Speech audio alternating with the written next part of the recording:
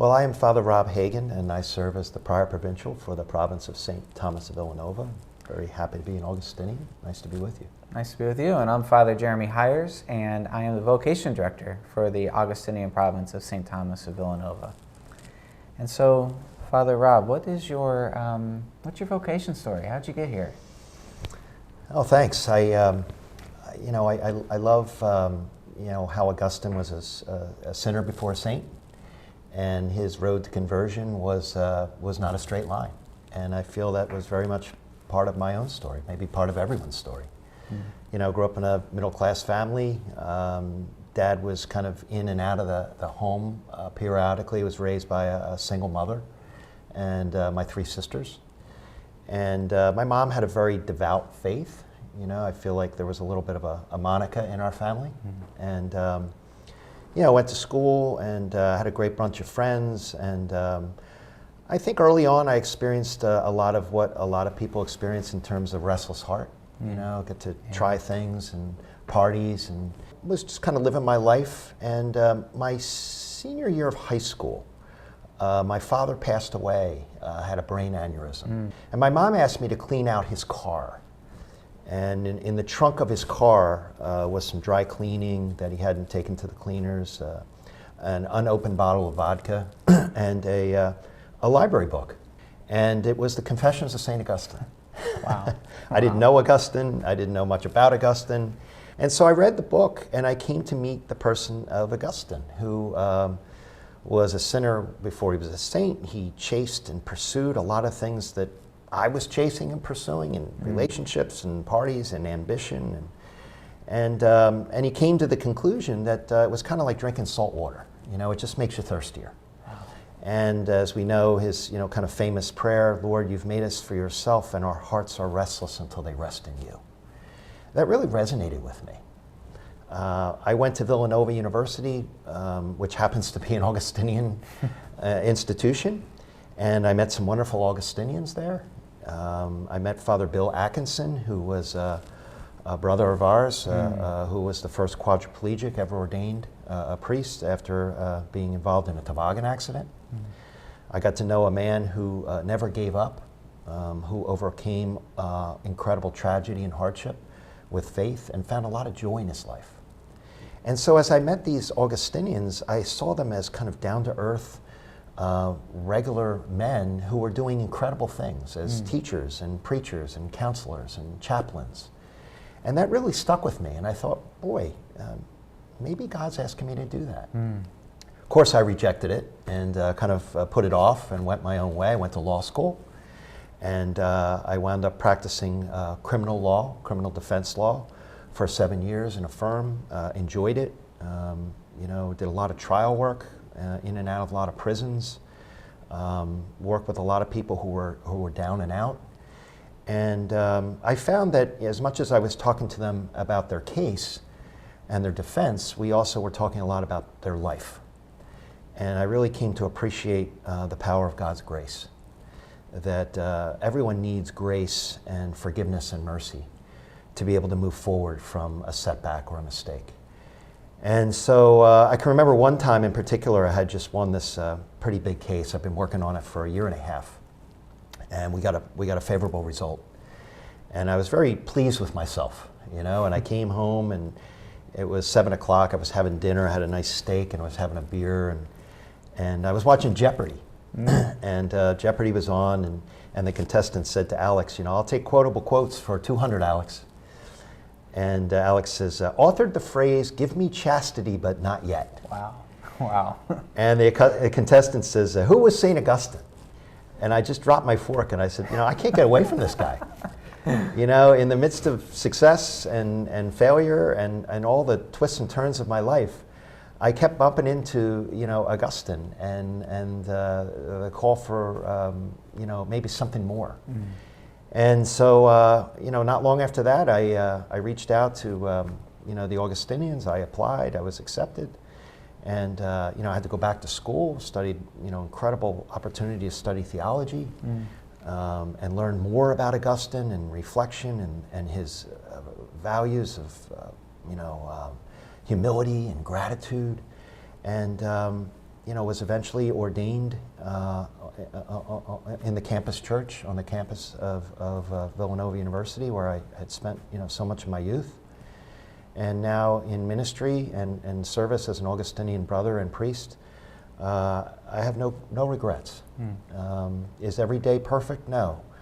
But I have a wonderful opportunity to share our way of life with people like you and our brothers and the ministry that we do around the world, and to really share good news with people who are struggling, maybe lost, anxious, and help them find what we have found, the presence of God in our story. So I'm grateful. Thanks for asking the question. I guess I'd be curious about how you found us. Well, it sounds like God kind of just guided you here. I love the Jeopardy and the steak dinner and dropping the fork. 'Cause it just at one point it hits you, right? It does. Yeah, it does. And, I think my story, I can say the exact same. Slightly different path, but still it was by the grace of God, God's kind of guiding and so forth. So I usually start my vocation story by saying I'm the only Catholic in my family, and I'm stationed in Philadelphia, but not from Philadelphia. I'm from northern Kentucky in the Cincinnati area. And, born and raised under the Protestant faith, mostly Lutheran influence, who I would later find out, Martin Luther and, an Augustinian at one point. And, I'd say growing up, my entire neighborhood was Catholic but me. I was constantly surrounded by Catholics. And, and kind of learning about the Catholic faith. I was always curious about it. And then, I applied to one Catholic school out of many state schools when it came time for college, and I got the best scholarship from a Catholic college. So from there, I studied Catholic theology, fell in love with the faith, got curious even more, and then at the end of sort of my college career, I knew I wanted to go into the military, and I was medically disqualified. So the next best path for me at that point was to be a civil servant. So I started working for the Army in D.C., moved to D.C. and started working for the Army as in acquisitions and IT and project management, and really loved my career and started to grow in that. And of course, when I moved to D.C., all my friends are Catholic. So at that point, I started to sense God was saying something, because I just couldn't get away from the Catholic Church. And so I ended up, after about 7 years of going to Mass with my friends, they finally said, it's time to sign up for O.S.A. And so at the age of 29, really sort of at the height of my career, I entered the Catholic Church. And then I started to get really involved in teaching faith formation, CCD, really loved it, outreach to the poor, and in downtown DC.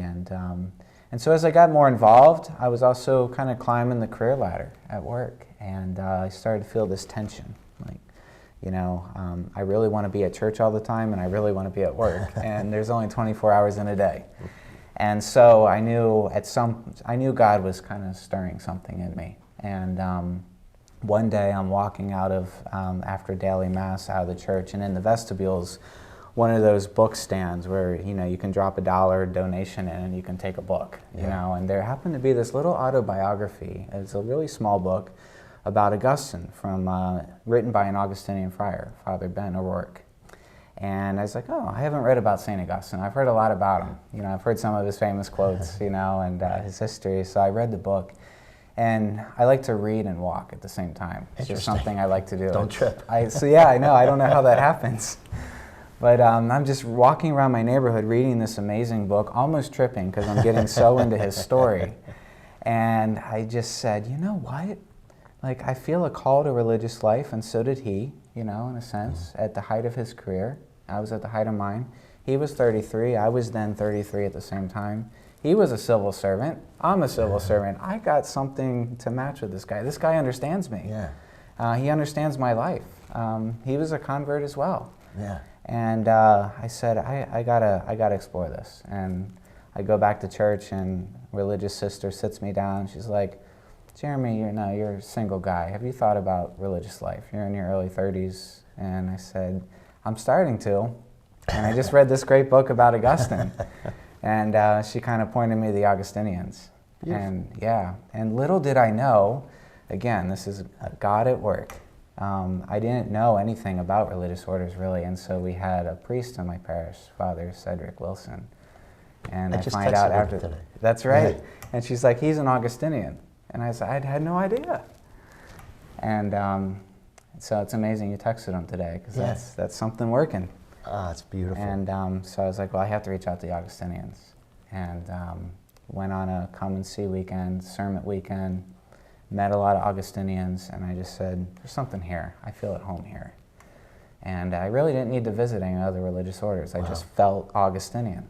And so that was sort of the point where God said, just try it for a year. Leave your career and just enter this group and, see where it goes. And every year I just kind of progressed through formation, and I just grew deeper into it.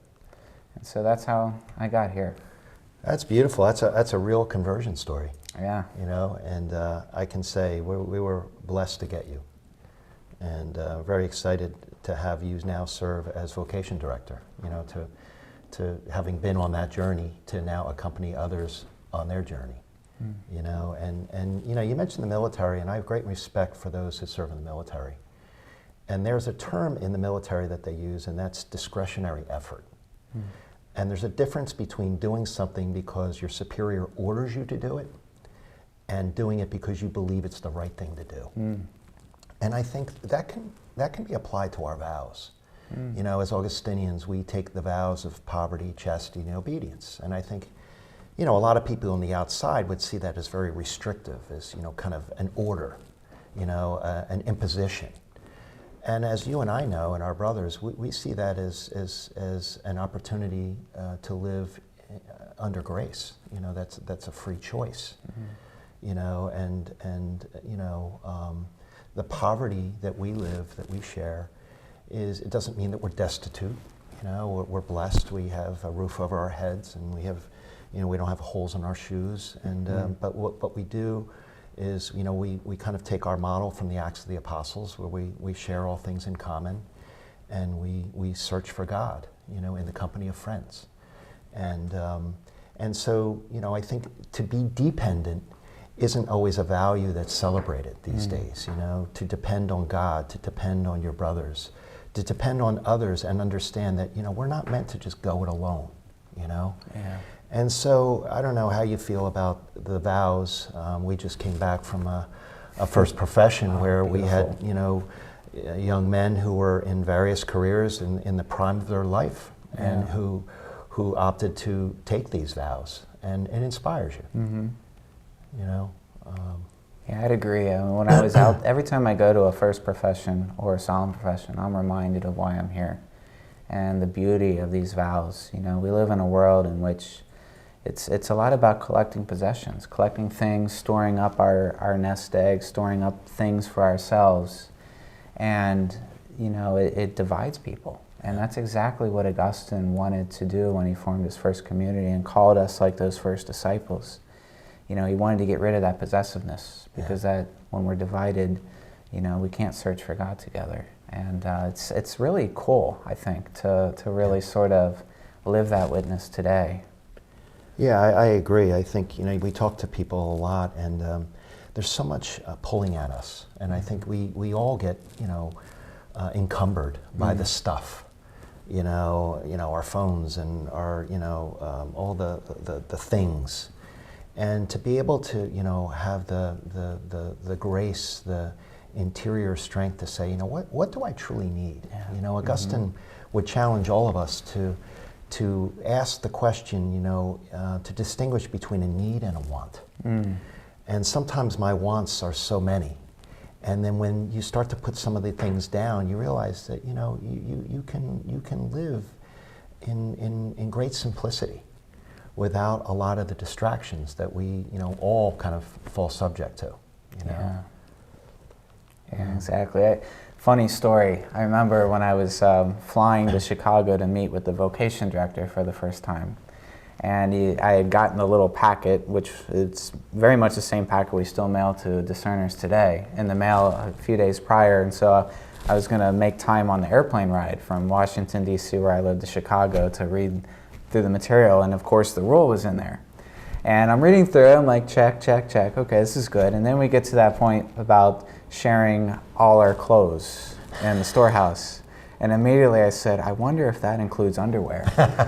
And that might be a step too far. So literally, I get in the car after I land, and Father Tom McCarthy, the vocation director at the time, picks me up, and that's the first question I ask him when I get in the car, do you guys really share underwear?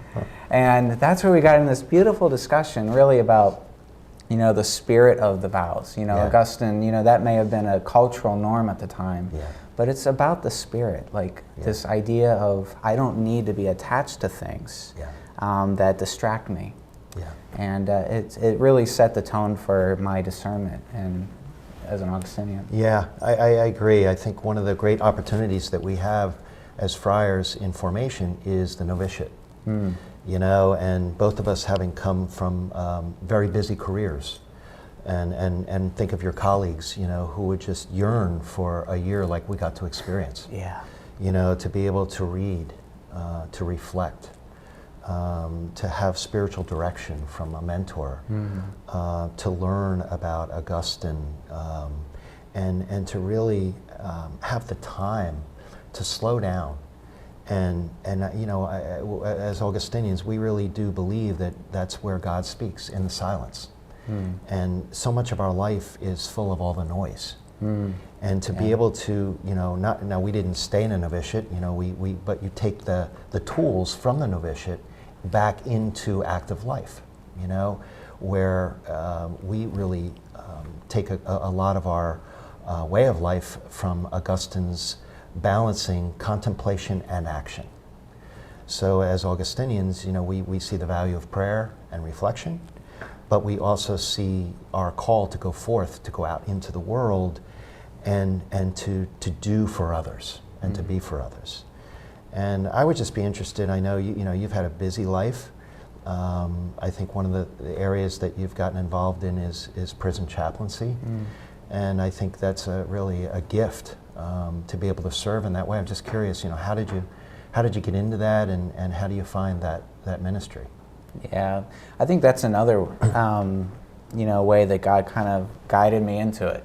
Because I first got into prison ministry when I was 18 years old.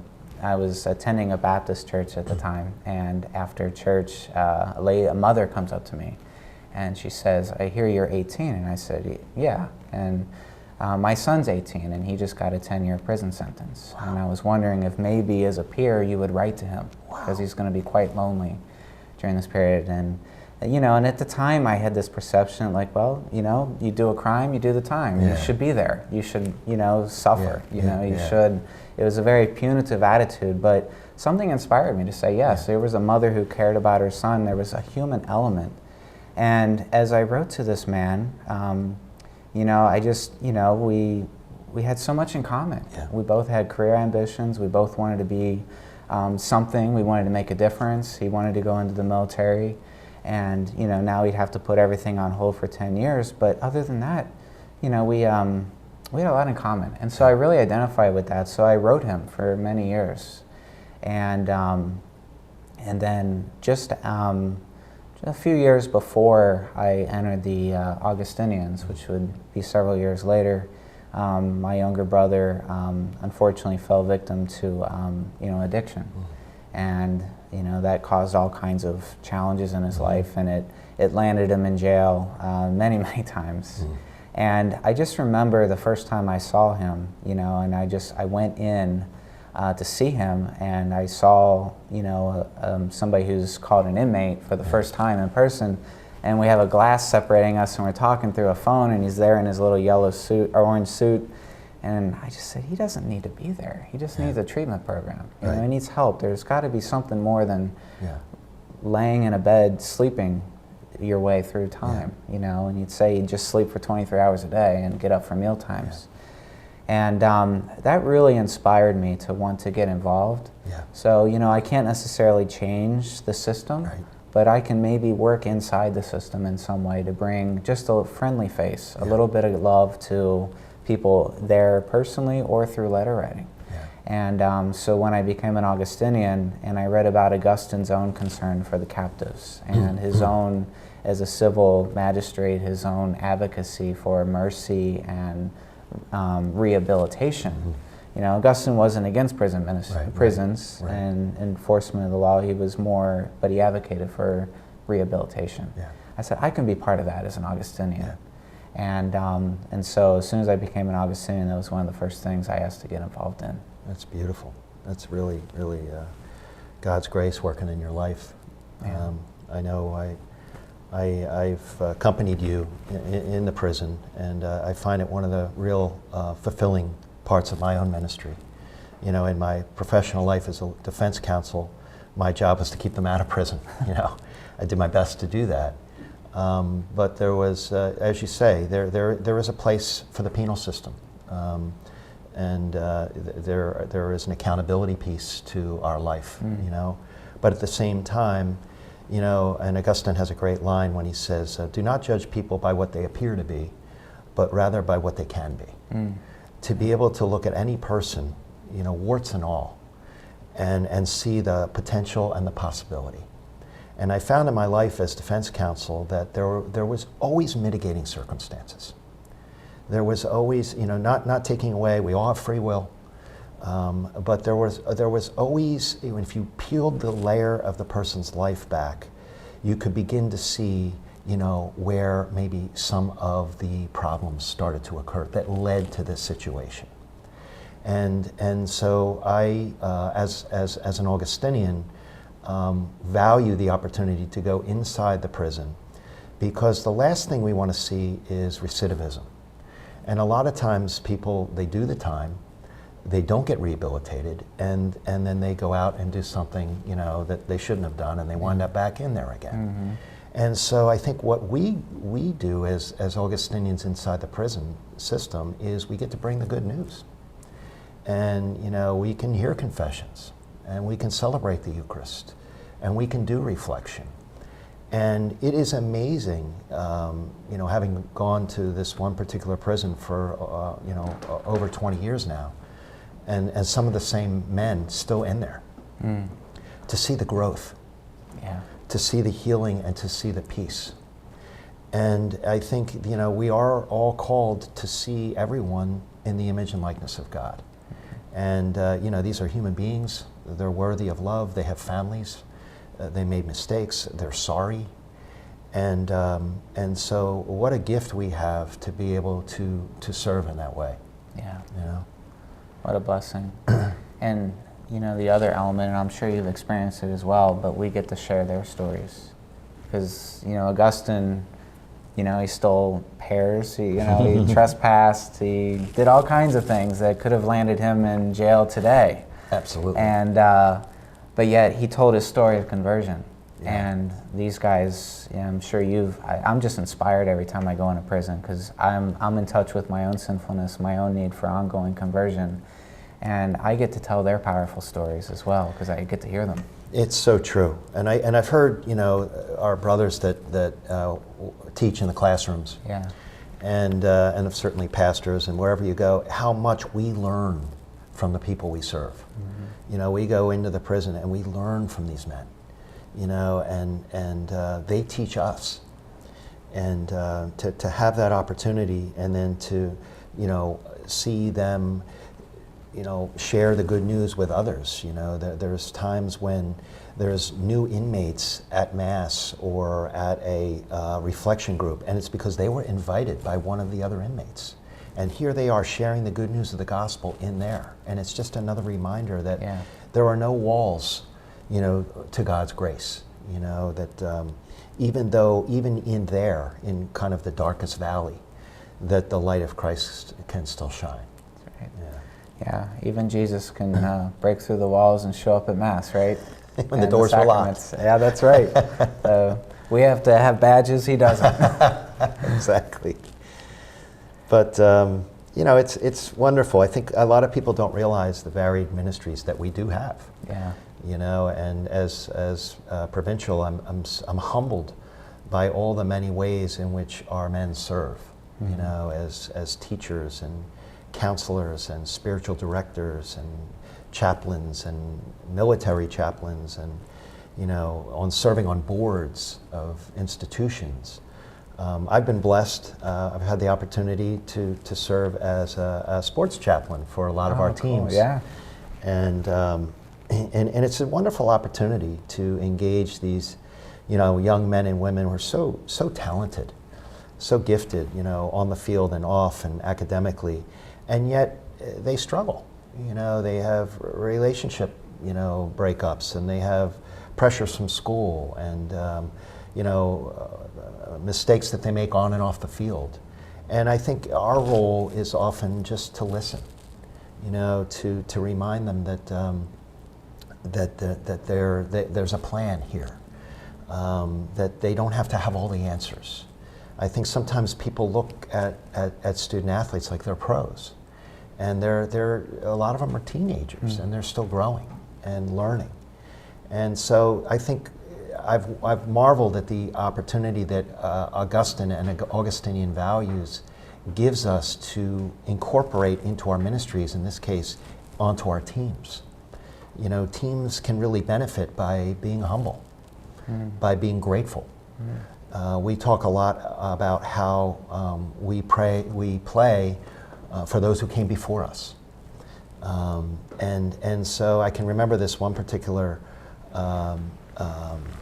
time with Villanova basketball. They were the year that they won the national championship in 2016. Yeah, exciting year. They were playing in the Sweet 16 to get to the Elite Eight, which is obviously a big game with a lot of pressure. And that game was played on Holy Thursday. And so what we would typically do before any game is we would have a prayer service. And we're not going to pray to win the game, we're going to pray to do our best and invite God's grace into the moment. And so, as many Christians would know, on Holy Thursday, we celebrate the washing of the feet. Jesus teaching us all not just to do as I say, but do as I do. And teaching us that, life is really about serving others. And so what does he do? He bends down and washes the feet of all of his disciples in an act of humility. Well, when we were doing our prayer service before that game, kind of unscripted in the dining room, I said, guys, we can do that. I have a couple of pitchers of water here. And that's obviously not an exercise that you would just try for the fun of it.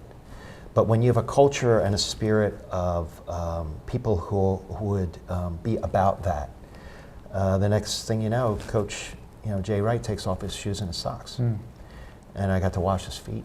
Wow. And then Ryan Archidiacono took off his shoes and socks. He was a starting point guard and captain. And Coach Wright washed his feet. Wow. And then Ryan washed Chris Jenkins, who wound up making the shot, took his shoes and socks off and washed his feet. The whole team washed each other's feet. Amazing. And they washed the walk-ons, the guys that don't play. Wow. And they washed the managers, the guys that do the laundry. And the assistant coaches and the assistant coaches' wives, everybody got their feet washed. Wow.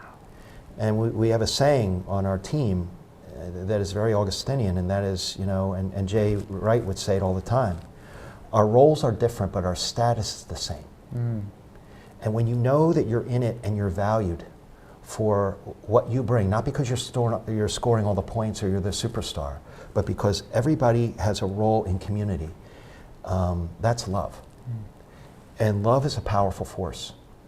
And it's really been a joy and an opportunity to see our teams kind of embrace that spirit of humility, gratitude, and love, and see where it can take you on the field or on the court. Doesn't mean you're going to win every game.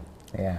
But it does create a certain way of being, a way of playing, a way of living that is most fulfilling.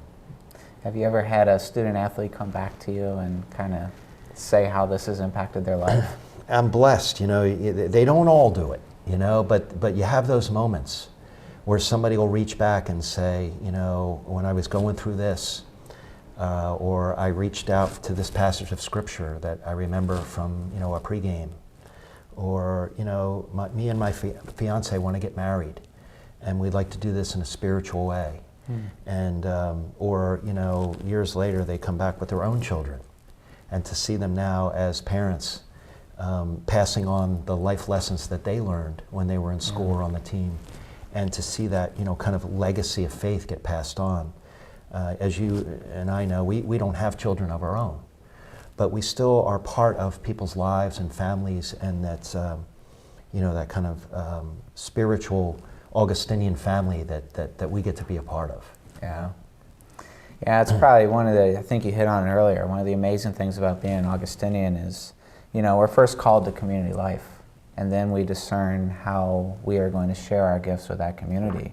And obviously you've brought, you know, your passion for sports and into this as one of your many ministries. And so the question I would have is, how did you get into sports chaplaincy? Like, how did it happen? Thanks. I think like a lot of things in our life, I kind of fell into it. It was not orchestrated. And so, you know, as I mentioned, having had the law degree when I came into the order and then was eventually ordained a priest, the then president of Villanova, Father Ed Dobbin, at the time, asked if I would be interested in working in athletics compliance. So that's kind of the rules and regulations of the NCAA, but it's also a cultural model that we would ascribe to. We want to play by the rules, you know? And he said, you know, you could bring your knowledge of the law and also your Augustinian commitment to our values into the athletics department. So that was something he saw in me as an opportunity. And so that's where I started, in the athletics department as an associate athletics director for compliance. At the time that I started, a very beloved long-term Augustinian chaplain, Father Barney Laser, who a lot of our you know, older family members would know, serves as chaplain for 30 years and was getting ready to retire. And so as I was coming in, he was retiring, and Coach Wright and Coach Talley, the football coach at the time, had reached out and just said, you know, would you be interested? I really didn't know much about it. But what I've learned about new jobs and new ministries and new opportunities is you don't necessarily have to have it all figured out. You just go in with your Augustinian values. Yeah. You know, be a listener, be someone that doesn't judge, to build friendship. I mean, this is our way of life. So when you bring that into a new ministry, the next thing you know, you just start to hit the ground running, you know? And that's kind of how I found my way into it. Oh, that's neat. Yeah. You know, it's just one of the amazing things about our community life is, you know, the famous saying is, if you've met one Augustinian, you've met one. And it's true. And look at the impact you've had, you know, just in the sports arena alone, you know, just simply by having somebody see something in you and saying, I'm going to invite you to share your gifts in this way. And I think we all have a story of how that's happened. It's so true, and I think we've all been blessed, and I think you make a great point, and you know, you hear it said before by Augustinians, and that is, unity is not uniformity. That if you come and join us, we want you to use your gifts, and you're not going to give up your individuality and yourself, but rather you're going to bring your gifts at the service of the community. And so we are a varied and different bunch. You know, there's definitely 64 crayons in the box, right? Yeah. But together, when everyone kind of puts their differing gifts in the service to God and others, is really what binds us, that spirit of love and service. And I marvel at the different gifts that our friars bring.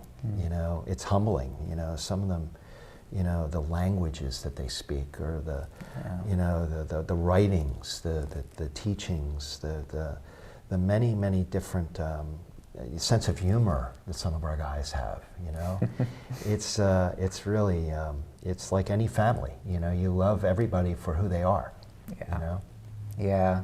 I have to say, I've never laughed so hard since I became an Augustinian. I mean, it's just like I get to do it every day. I get to laugh because there's just something that comes up, and almost, you know, when we truly respect our diversity, it causes laughter because we appreciate the presence of God in the other. And one of the joys I have of being appointed Vocation Director, and I just really am truly grateful that you have asked me to take that role, is I get to accompany people who contact us because they feel a call to religious life, or they want to be in community, they feel a draw to that, or they feel a draw to St. Augustine, like I did, a connection. And every one of them, every person I get to work with, it's such a privilege because they're all different, Yeah. you know, and I can almost see how they would contribute to our community. I can almost see future laughter, future, like, I'm going to learn something from this person if, God willing, they become an Augustinian. And that's another joy of our life. You don't have to be one type to be an Augustinian. You just have to be yourself. Yeah. And then God uses that, and I think that's what we've both learned from our stories, from what we've told so far. Yeah, we're blessed to have you out there. You know, we know the passage, you know, the harvest is great, but the laborers are few. And I really do think that there's something going on in our world right now. That there, you know, you can't ignore the shift in you know, with, you know, just immigration and politics and institutions, and the anxiety and the hunger that people are searching, I think, in ways that are just very real. And I think as Augustinians, we have something to offer. People are searching for peace. They're searching for forgiveness. They're searching for purpose. And I've been very grateful for that in my life as we found it as Augustinians. But I also think I'm very excited by what we have to offer those who might be searching for that, and what we have to offer them. You know, you think about the various ministry platforms that we have. You know, schools around the world, parishes around the world, missions. You know, we've talked about, you know, prison ministry, you know, teams, military chaplains. I mean, the opportunities to serve are endless, and to be able to feel like you're in the right place. You know, we're in the province of St. Thomas of Villanova, and Thomas of Villanova was a town in Spain who devoted his life to service of the poor. Well, the word Villanova, as you know, if you translate it, means new home. And, you know, isn't that what really people are searching for? To feel at home. Yeah. Feel at home with people where you're loved, where you belong, where you're not afraid. And I think that, I think as Augustinians and in Augustinian community, we offer that opportunity to feel at home, to feel at peace and centered. Why? So then you can go forth and then share your joy and your strength and your energy and your service with others. Yeah.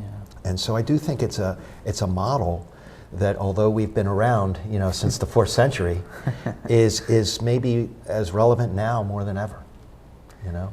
Yeah, you know, one of the things I've really been thinking about a lot lately is the times that Augustine lived in are so similar to ours. I mean, he was a boy of great potential, but his family couldn't necessarily afford for him to get the education.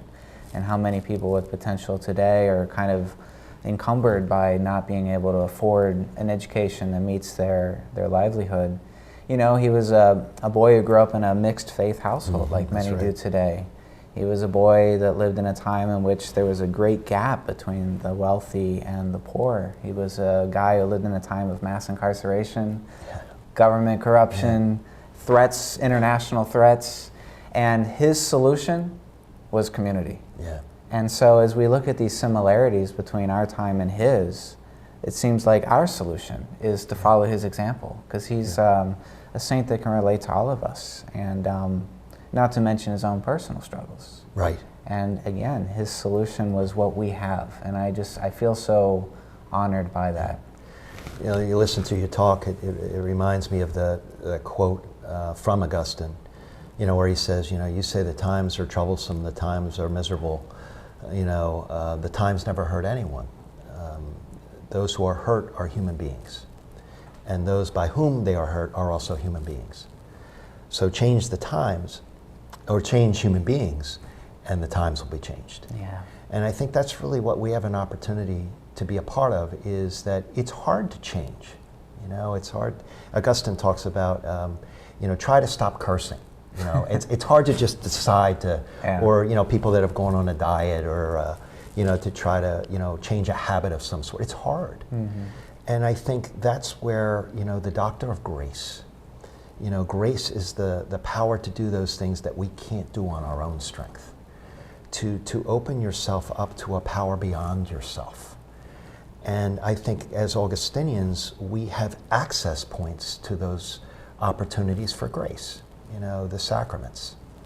I think the sacrament of reconciliation is a very underappreciated sacrament these days. And you experience it with people when they do celebrate the sacrament, how unburdened they feel. Maybe it was something that they were carrying around, for 10 or 15 years. A poor choice, a decision, something that they did. We all know that feeling. And you can't just shake it off. Yeah. But to go into the context of a graced moment, a sacrament, and say, I'm sorry. And to know that, to feel, those prayers of forgiveness and reconciliation, and to do a little penance and to move forward and leave it behind. I mean, if that's not a cure for mental health and anxiety, I don't know what is. Exactly. Especially with so much around us these days. Yes. So much anxiety. And I see it on the college campus, and I know you do too. When people find their way back into that sacrament, the joy and the peace that they leave with. I talk to my friends, that have had children, and you get invited to a baptism. Don't go to the restaurant for the party. Go to the baptism first. And that opportunity to take a dunk in the water. Yeah. And what does water do? It refreshes us, and it sobers us up, and it satisfies our thirst. And you need water to make things grow. Well, that's everything that God does for us. And so I think that as Augustinians, to be able to try to coach people back, if you will, to those points of grace where you realize that you didn't have to do it all by yourself or all by your own strength, is just a wonderful opportunity that we have as friars. Yeah, I agree. I was so blessed. My first assignment post-ordination as an Augustinian was the National Shrine of St. Rita of Cascia in South Philly, which emphasizes reconciliation and healing. And it was just so amazing to see every day people kind of walking in with their shoulders shrugged down and kind of looking downtrodden, and then leave standing straight. And that's, such a model for what our Lord wants to do. He wants to restore our dignity. He wants to help us. Yeah.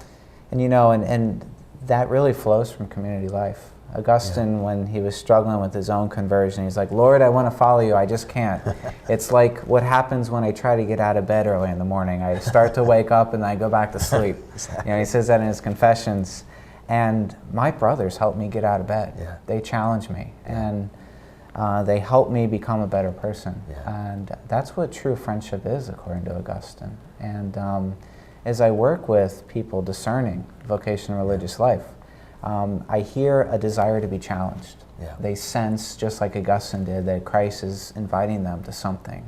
Yeah. And they realize or sense in their own hearts in some way that community can help them with that. Yeah. Yeah, I love what you're talking about in terms of the friendship and how we help each other along.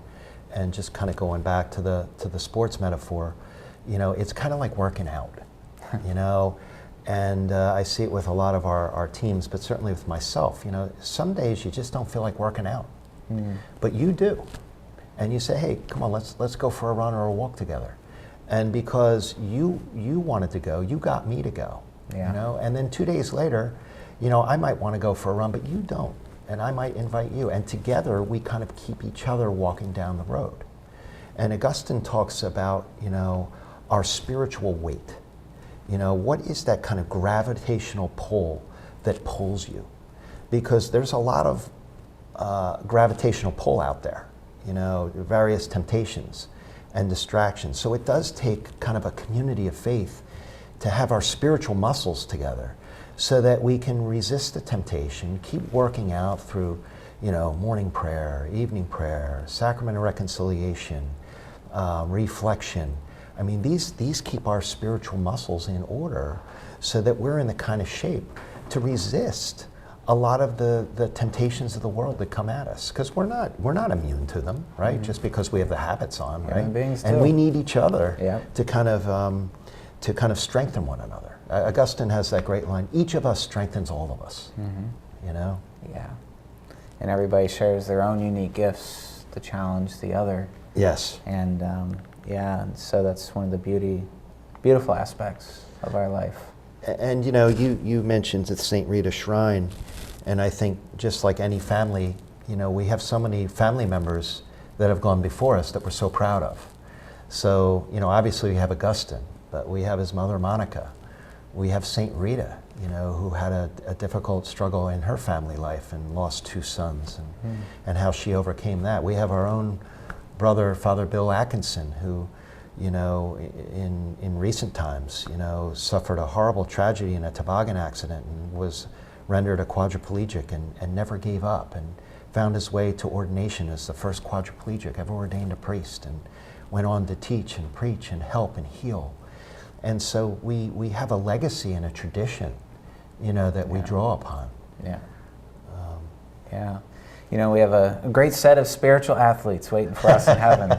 So, a question for you. Aside from Augustine, of course, has there been an Augustinian saint that you've really found yourself close to in your own journey? Well, thanks for asking that. I do have a person that I did not know until I joined the order. And I remember my first year in formation, and on May 22nd, we were having this big feast day celebration for St. Rita. And May 22nd happens to be my birthday. Ah, there you go. And I came to learn about this wonderfully incredible, strong, independent woman who really, really resonated with my life and my story. And she had difficult, you know, family situation. There was, you know, things within her own family that need to be reconciled. Her husband was murdered, which is, you know, violence in the family. Her sons wanted to, you know, avenge that murder. She managed to kind of broker peace between the families. And as we know, she's known as a peacemaker. She's known as the patron of impossible causes. That, you know, with God, nothing is impossible. That story really, really resonated with me. It cultivated within me a great devotion to Rita. And she's helped me in my ministry, because they say if you want to get to know God, get to know God's friends. And so I lean on Rita when I meet with people who are struggling or have a family breakup, a sin, a grudge, things that they think are impossible to overcome in their life. I invoke her intercession. And I must say, she shows up. In some way, shape, or another, the person will come back and say, she showed up in my life. You know, her calling card is a rose. Often, you know, the inspiration can come in some subtle way. And I'm grateful to have the spirit of her intercession, of her life, her inspiration in my life. So I did not know much about her until I joined the order. And now she's become a big sister to me. Yeah. How about you? Do you have somebody you lean on? St. Rita, certainly. Really? And for many reasons. Yeah. But one that I didn't really know much about until I became an Augustinian, really until I started working at the shrine and learning about St. Rita's life, is St. Nicholas the Tolentine. You know, because, you know, learning how to be a good friar is a lifelong journey. You know, I'm still learning. I'm out of formation, I'm in active ministry, but I'm in ongoing formation. Yeah. And I think his model as a friar and the way that he took the spirit of community life that St. Augustine so dutifully shared, I think was an amazing experience. And you know, what's interesting is I didn't really meet him until I heard that you know, he's really the patron for confessors. And I started to hear confessions at St. Rita's Shrine. And you know, when you hear confessions, you have no idea what somebody's going to bring to you. Yeah. And as soon as they're done, you got to be ready to offer them some hope. And which can be an incredibly, you know, daunting task, intimidating. Yes. And I would always start praying to him just before I would go into the confessional, because his statue is right there next to the confessionals at St. Rita's Shrine. And he doesn't let me down yet, from what I can tell, you know, from my side of the screen. And so just a man of incredible simplicity Yeah. and holiness. And so if I have somebody that I want to model in Augustinian life, I think he would be one. That's really beautiful, and you know, you bring up a great point that I think, you know, as a Provincial and as Vocation Director, people coming to you or coming to me might look at us as if we have the answers, and yet we know that we don't, that we really are lifelong learners, that we're in ongoing formation, and that we have to lean on God every day for wisdom, you know, to make choices, to make decisions. And I find that when we, you know, give it over to God, that's when you can really help somebody, because often it's not, you know, what you said, but what God said through you. And it might not have been something you intended to say, but to be open to the power of the Spirit is a call that we have every day. And it's really great to have people like Nicholas Tolentine and Rita and Bill Atkinson and those who went before us who did that, and to say, you know, this is a good way, this is a good template, it's a good GPS for life. Yeah, and there's no doubt, you know, just as God produced these saints through the model of St. Augustine, and who was through his own mother, in many ways, you know, God's still producing these future saints of today through the friars that live in community life. And I don't know about you, maybe you can share your own perspective, but one of the things that helps me is when I come home from a bad day in ministry or a tough day, or I'm preparing for a tough day the next day, I come home and I have dinner with brothers who have probably been in a similar situation that I have, and they have wisdom to share. Like, I don't feel alone. Like, these challenges, I can talk it over with them in confidence, and get some great wisdom. Yeah, I agree.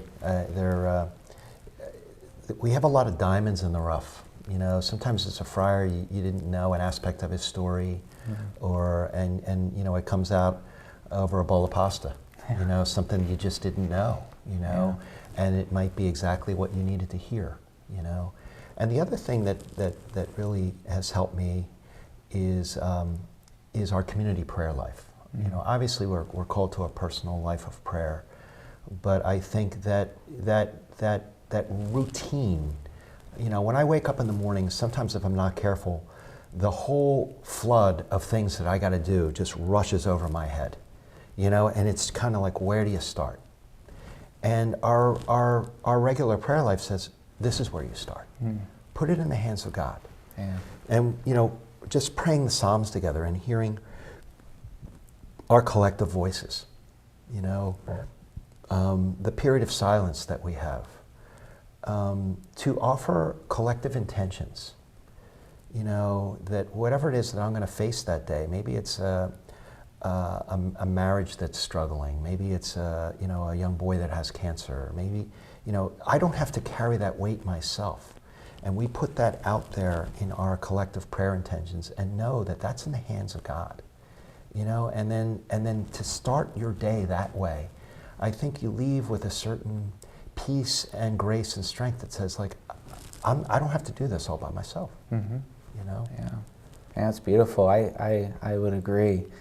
You know, when I was in my first year of formation as a pre-novice preparing for the novitiate, since you mentioned the novitiate earlier, my spiritual director, Father David Cregan, he said something I'll never forget. He said, in formation, you're going to set the pattern you're going to follow the rest of your life.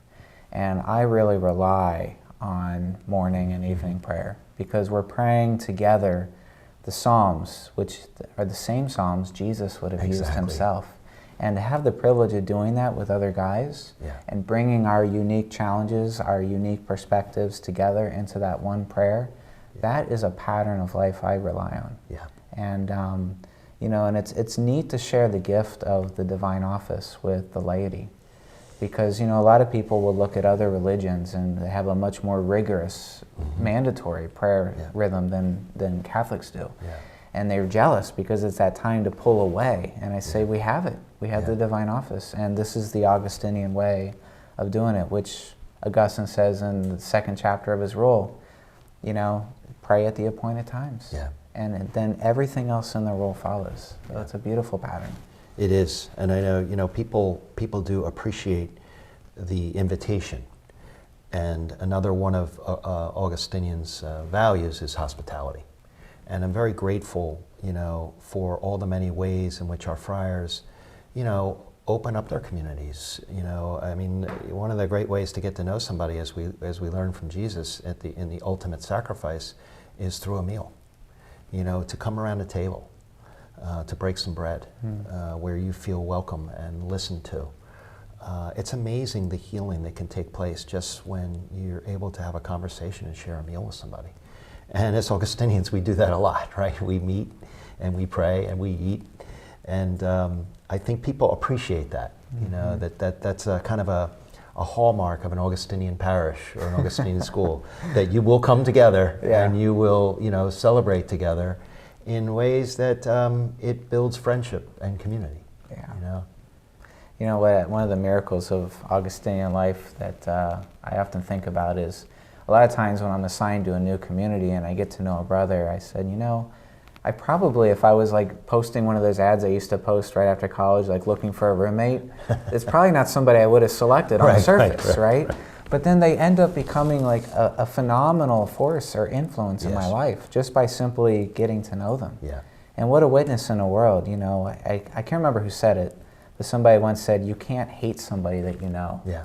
And I'm like, we take the risk of crossing socioeconomic boundaries, crossing educational levels, to interact with people that wouldn't be in a social circle on the outside. And we have this phenomenal community experience. I mean, what a witness for a world that tends to separate. Yeah. I am inspired by a lot of our schools have a program called Caritas. And that would be where students have the opportunity to come to an Augustinian community or to the monastery and maybe sit and have coffee or lunch with a friar who's now infirm and not able to get out anymore. And to listen to them, meet and hear the story of maybe a friar who worked, 40 years in the missions, and his story, and to be able to connect in a way that he wouldn't if we didn't open the door and let somebody come in and share that conversation and that wisdom. And both people benefit. You talk to the student and what they learned, and you talk to the friar and what an opportunity it was to meet a new friend when he can't even go outside anymore. What a gift! A gift of community. Yeah. Yeah. So, Father Rob, what does it mean for you to wear the habit? Well, I'm honored to wear this habit. I can think about the men who've worn this habit before us over generations. As many will note, it hasn't changed much. And I mean that in a good way. In the midst of all the changes in society and the world, there are certain core values and things that stand up over time. And so, Augustine would have a lot to say, as our church would, about the power of symbol. And so this is a powerful symbol of simplicity and a way of life that really goes back to the 3rd century. And as you can see, there's no stars and stripes. You could have a grand title, or you could be serving in the monastery kitchen. And there's a certain uniformity to it all. And as someone who doesn't really take pride in a big wardrobe, there's something comforting in just putting it on and going about your business. I think a lot of times we'll wear it in sacramental situations, certainly in the classroom as a point of teaching and preaching.